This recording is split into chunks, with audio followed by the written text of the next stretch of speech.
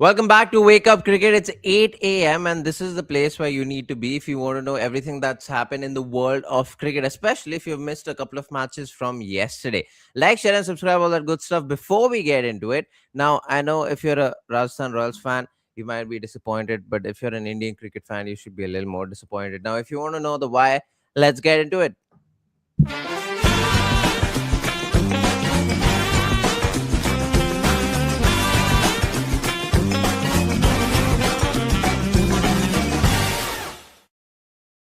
Actually, if you're a Rajasthan Royals fan, you would be happy, is what I meant to say. But if you're an Indian cricket fan, you would be disappointed. But there you have it. So, here you have it. Let's get started. We begin by talking about yesterday's match involving Rajasthan Royals and LSG. Jadeja, Archer, and Berger lead Royals to scrappy win against LSG. It wasn't the high scoring spectacle that people might have expected, especially with Vaibhav Suryavanshi in the house. But that didn't make the contest any less compelling. Rajasthan Royals defended 159 to consign Lucknow Super Giants to their fourth straight loss of IPL 2026 and their third in a row at home. RR owed their batting lift to Ravindra Jadeja, who top scored with 43 not out of 29. His unbeaten 49-run stand with impact player Shubham Dubey, whose entry in the 16th over left RR without an extra bowler, pushed their total up to 159, 42 many for LSG. The win meant RR snapped their two-match losing streak to jump to number 2 on the points table. LSG, meanwhile, were ninth, having the same number of points as Mumbai Indians and the Chennai Super Kings, both of whom have a game in hand. Right now, if you look at the scorecard and if you have your top three out of the top four score, you know what? The total of the top four being 55 and 55 being scored by just one batter, you already know you're in a bit of a problem. To be honest, LSG had a fantastic start. They're one of the best power play bowling side versus the best power play batting side. And LSG were on top in the power play against the Rajasthan Royals batting lineup. They got Yashasvi Jaiswal and Vaibhav Suryavanshi out in the first 3-4 overs itself. And then they also got Dhruv Jurel out the very next ball after getting Vaibhav Suryavanshi out. Mohammad Shami got 2 wickets and 2 balls. And so they were completely on top in the power play. And then things turned around, especially with the lower middle order of Rajasthan Royals, with Jadeja coming in, staying not out, scoring 40 crucial runs for the Rajasthan Royals. The lower middle order scored a lot of runs, reminded me of the old Indian cricket team. When I say old, I mean in the last couple of years old. And then you had them with the ball, and Rajasthan Royals were very, very clinical with the ball, all of them contributing with the ball and doing it well. But coming back to what I said originally, if your top four total cumulative runs is 55 and 55 is just scored by the one batter, then you know you're in a bit of a problem. And that's exactly what happened with Lucknow Super Giants. Mitchell Marsh scored 55, and then Ayush Badoni got out for a duck, Rishabh Pant got out for a duck, and then Aiden Markram got out for a duck. When you have that happening, you know you're in a bit of a problem, and you're probably going to lose, especially if you're the Lucknow Super Giants, because I don't know, I just don't hope a lot from them. But yeah, again, clinical with the ball for the Rajasthan Royals. Jadeja 4 overs, 1 wicket with an economy of 7 point. Let's just say 7 or a little more than 7. He also got the player of the match, the first player of the match he's getting for the Rajasthan Royals. He must be very, very happy doing everything that he did for the Chennai Super Kings and getting transferred to the Rajasthan Royals, and they had a huge build up. And for him to get that player of the match, and it's also been a while since he's gotten a player of the match, especially in the T20 format. So he must be very happy with his performance. Hmm. People in the comment section, though, are not really happy because of the promise that was made to them. Now, Matthew George, Ashwin, and Praatibh are two different people. The first bit of it was Praatibh, the Oh, second bit true. was Ashwin. So, Yes. Ashwin is not answerable for the first bit. Nonetheless, Will O'Rourke backs New Zealand to fight for series win in Bangladesh decider. Will O'Rourke has said New Zealand will put our best foot forward as they prepare for the concluding ODI against Bangladesh national cricket team with the series currently level. Despite fielding an inexperienced squad due to several first choice players featuring in franchise leagues, New Zealand have remained competitive, winning the opening match before Bangladesh bounced back in the second ODI in Dhaka. O'Rourke emphasized the importance of adapting to conditions, noting the contrasting nature of pitches so far in the series. He added that quick communication and flexibility would be key in the series decider in Chattogram. The pacer observed that Chattogram surface appears to have some grass, which could offer pace and bounce, while a dry outfield may make fielding more challenging. Reflecting on his own performance, O'Rourke admitted he bowled too full in the second ODI, allowing batters to score freely, and said the plan moving forward would be to hit the deck harder to extract variable bounce. Having recently returned to the side after a long injury layoff, O'Rourke said he's enjoying his comeback tour and is keen to contribute as New Zealand push for a series victory. It's great to see him come back and play for the New Zealand because he was out injured for a very long time. So when I read this news yesterday and when I saw the scorecard of him playing, it just made me very happy that he's back playing international cricket. In fact, he's back playing cricket. You always just hope that these players are able to play the game that they love and that they've been playing for a very long time, especially if you're earning money from them. I'm going to digress a little bit because I was going through the news and I realized, hey, we don't have anything about the Indian team, and so I'm gonna just, how much time do I have? I have a minute and 20 seconds, and I'm gonna talk about what happened with India South Africa yesterday. Again, last week I talked about if how the Indian women's team are in South Africa, by the way, playing a 5 match T20I series, and I talked about how if India lose against South Africa, it would be a shocker, and that's exactly what happened yesterday. We lost 3-0. We have lost 3-0 already, and we have two more matches to go, which means in the first three games we haven't stepped up at all. We haven't won a single game of cricket. In fact, yesterday was our best batting display by a mile, by the way. We scored 192 odd, I think 190 odd runs, and we still lost by 9 wickets. Laura Wool was scoring a fantastic 100. And in these three matches, we have tried three different bowling combinations and nothing has seemed to work. Yesterday we played Renuka Singh Thakur, Kashvi Gautam, and Arundhati Reddy. We played three fast bowlers for the very first time. Well, that didn't work. They all went at economy of more than 8 and 9. The Indian fast bowlers, you know what? The Indian bowlers have been all over the place, and for them to have any confidence heading into the T20 World Cup, I don't think this series would have helped at all. The only ray of hope is the fact that the conditions will be quite different from what it should be in England. And so that's the only ray of hope. Apart from that, yeah, there's a lot of problems within this Indian team right now. Even Jemmy not scoring batting at number three, she hasn't scored a single run. It's quite disappointing, but yeah, bit of a digression, but here we are. And the comment section joining in as well. Moving on, Jacob Bethel, keen to lock down number 3 spot, defends IPL stint despite RCB snub. Jacob Bethel has expressed his desire to cement his place at number 3 in England's test batting lineup, even as speculation grows over a potential move to the top of the order ahead of the series against New Zealand. Bethel, who scored a maiden ton earlier this year, said he's open to adapting if required, but would prefer to continue in his current role. He pointed to Joe Root's career as an example of flexibility within the batting order, while maintaining that number 3 suits his game best. The youngster is yet to feature for Royal Challengers Bangalore in the ongoing IPL 2026, with the franchise sticking to a settled overseas combination. His absence from the playing 11 has drawn criticism, notably from Alistair Cook, who suggested Bethel would be better off playing county cricket. However, Bethel defended his decision to stay in India, insisting that the experience of training and being around high level cricket in IPL environment outweighs the lack of match time. He emphasized the value of exposure, preparation, and learning under pressure. Looking ahead, Bethel is planning to balance his white ball commitments with red ball preparation by training with Duke's ball during the latter stages of the IPL as he gears up for England's Test summer. Despite not yet making the 11, Bethel remains confident and focused, stating he's ready to seize his opportunity when it comes.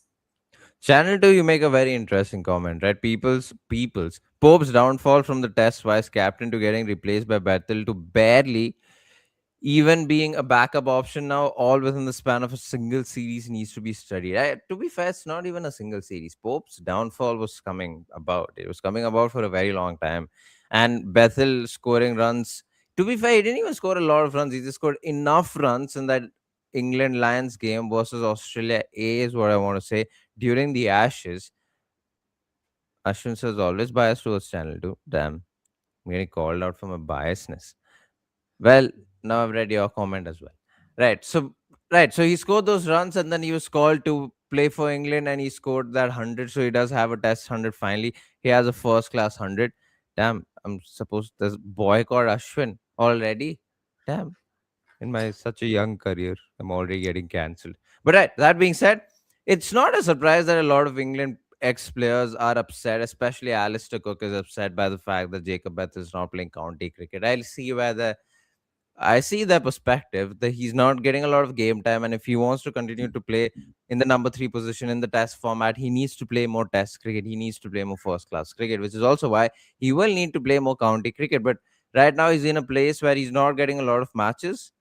But if you talk to Kevin Peterson, he would say it's better to be in the IPL environment than county cricket because of all the experience you're learning from all the experience you're getting from all the players from all around the world. You have these conversations. You have test greats within your team, so you have these conversations. But again, with Jacob Bethel, it's always been match practice and how he lacks that. So this conversation will always happen as long as you're an England player.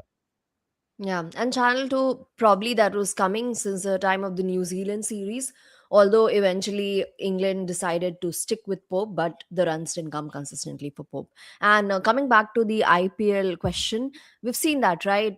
Peterson represents one side of Yep, opinion in England, while Alistair Cook probably would obviously always represent the other side, wherein they prioritize county yep. cricket. Nonetheless, moving on to the next story, Mohammad Nawaz under ICC investigation after positive drug test. Surrey deal collapses. Mohammad Nawaz is under investigation following a positive test for recreational drug use, with the matter currently being handled under the ICC's anti doping process. The development has led to the collapse of Nawaz's proposed stint with Surrey for the upcoming T20 Blast in England. The all rounder had earlier received a no objection certificate from the Pakistan Cricket Board, and the deal was expected to be announced this week. According to reports, the positive test dates back to the T20 World Cup held earlier this year, where Nawaz featured in all seven matches for Pakistan, taking seven wickets. The PCB confirmed that it has been informed by the International Cricket Council and has initiated due process, with the findings to be communicated to the ICC. Nawaz 32 has continued to play in the ongoing Pakistan Super League and recently featured for Multan Sultans, although his immediate future now hinges on the outcome of the investigation. This T20 Blast has become such an interesting thing to me because it seems to be cursed this year. A lot of players getting banned, a lot of players who's supposed to play getting banned or getting found out. First of all, you know what? I'm not going to say anything on recreational drugs. If you're found out, you're found out is all I'm going to say. And if you're doing it, don't do it is all I'm going to say. But as a cricketer or as an athlete, I would just think that you would be a little more careful, especially when you're around a big tournament like the T20 World Cup or when you're playing a series. Like I mean, but who am I to say? I understand that there might be problems. Like, I don't know why he used it for. It might be a coping mechanism for something. Again, I am not him. I don't know why he used it for what, the purpose, and everything.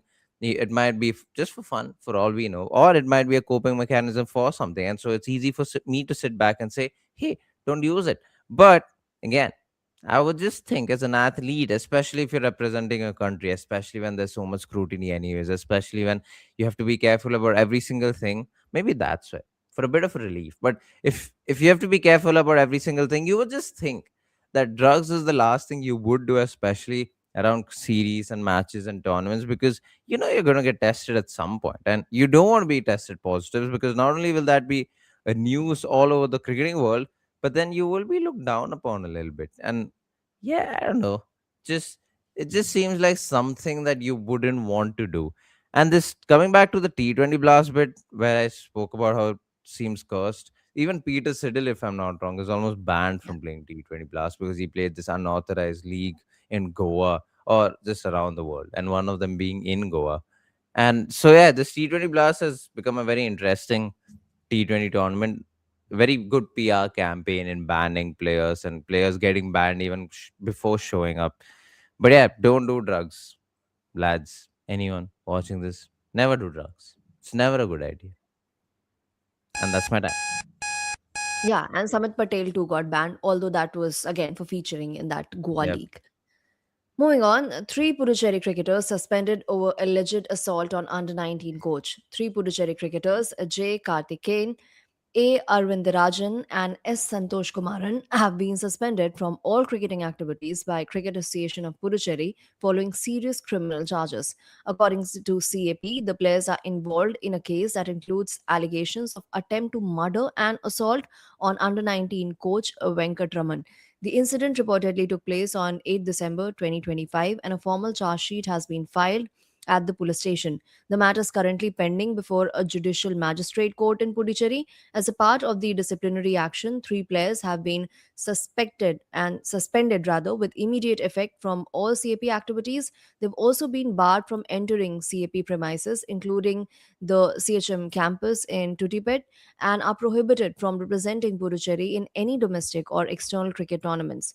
The suspension will remain in place until the court delivers its verdict and accused are cleared of all the charges. Puducherry last featured in the Ranji Trophy in 25-26, where they finished 6th in Group D, managing just one win in 7 matches. The last paragraph in this feels so redundant. You talk about players trying to attempt a murder, and then the end you talk about how the state, the last time you saw the state was in this tournament. Well, there's another lesson that we've got to learn. Don't do drugs and don't try to kill anyone.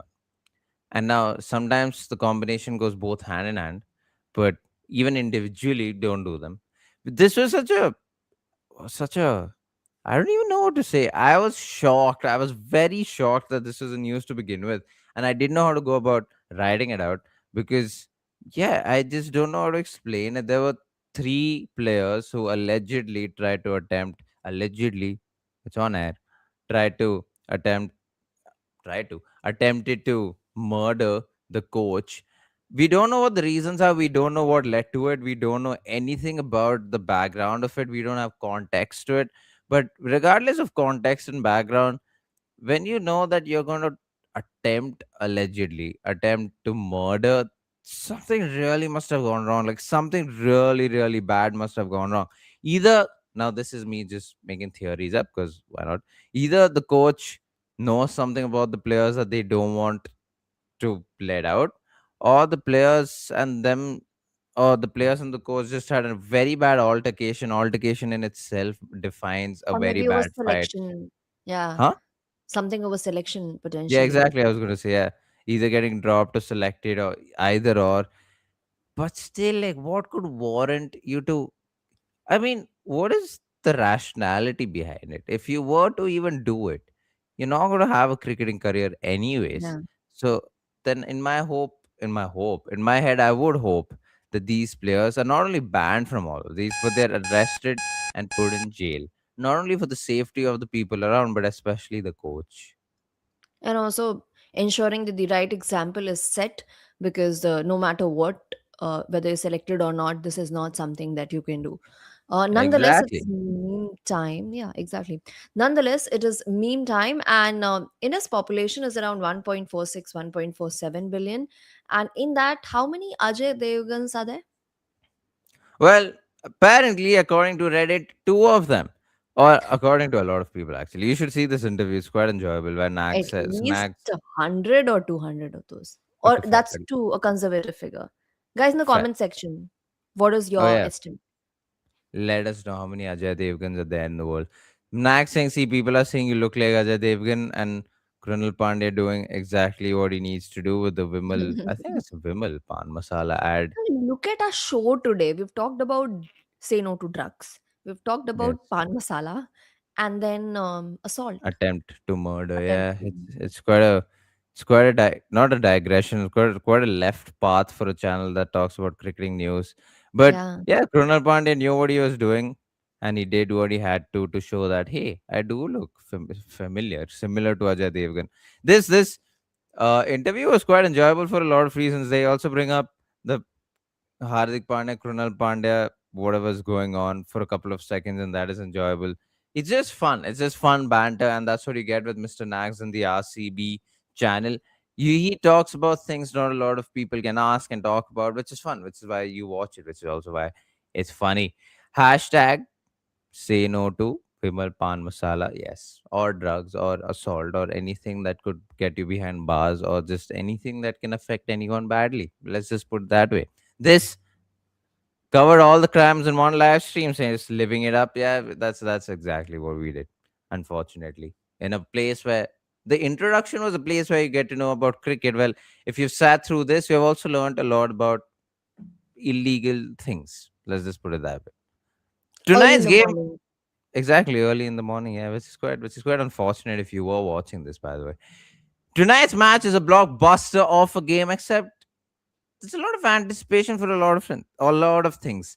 Mumbai Indians coming off a win, a fantastic win. Chennai Super Kings, all they have lost one of the key players, if in fact the very key player in this tournament, Ayush Matre. Before that, they lost Khalil Ahmed. But the anticipation is, hey, will MS Dhoni be back? Will MS Dhoni finally play? Because there's a lot of reels, a lot of content created on him in the last couple of days. So you would just hope that he does play. And if you're a Chennai Super Kings fan, if you see him play, good on you. If you're not a Chennai Super Kings fan, you want him to play because you would then know that Chennai Super Kings is probably going to lose, which is a dig. I've I've taken a dig at Rohit and Virat. It's only about time I take a dig at MS. But yes, watch out for tonight's game because a lot can happen. But if you do miss it, then tomorrow 8 a.m. Wake Up Cricket is the place to be, because this is where we'll talk about everything that's happened in the world of cricket. See you guys tomorrow. Like, channel, subscribe. Don't forget. Peace.